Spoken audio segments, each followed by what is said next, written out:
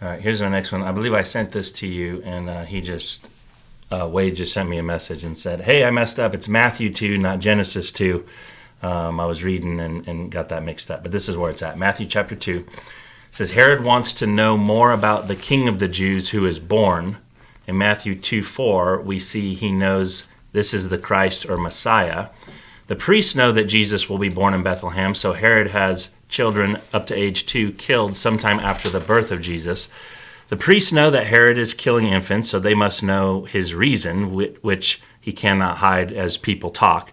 And the priests knew the writings of Isaiah, Jeremiah, Hosea, so they, at least some of them, should be able to deduce that Jesus is the Messiah.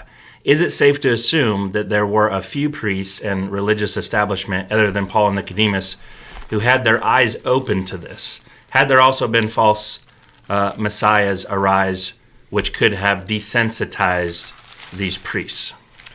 Well, answer to the first question is, do some of the priests come to faith? And you have it in Acts chapter 6, verse 7. Then the word of God spread, and the number of the disciples multiplied greatly in Jerusalem, and a great many of the priests were obedient to the faith. And so, yeah, they finally do come into a relationship with the Lord. As far as false messiahs, in the previous chapter, and I know this because I'm going through Acts right now, Gamaliel stands up when they're talking about killing Peter and the apostles for preaching the gospel.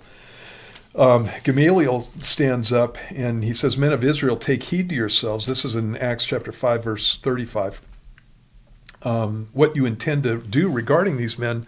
For some time ago, Theudas rose up, claiming to be somebody. A number of men, about 400, joined him. He was slain, and all who obeyed him were scattered and came to nothing. After this man, Judas of Galilee, rose up in the days of the census and drew away many people after him. He also perished, and all who obeyed him were dispersed. And so, yeah, you had guys who were rising up and claiming to be something, claiming to be Messiah. Josephus talks about this also. And Josephus is a Jewish historian. And so there were guys around during that period of time who were claiming to be Messiah, even after Jesus came. A guy named Bar Kokhba, means literally son of the stars, rose up, and he caused a Jewish revolt that ended up getting the Jewish nation finally and thoroughly defeated by the Romans and spread all over the world. And he claimed to be the Messiah. And so, yeah, there's that kind of stuff going on during this period of time. But just the fact that these guys want to kill the apostles for healing people and preaching Jesus gives you an insight into the fact that it's not an issue of they're hardened because of false messiahs. They're hardened because they're not believers. They're not people who are actually following God. You can't do what these guys did to Jesus. You can't do what these guys did to the apostles and be a follower of God, obviously. And we know that from the Bible itself.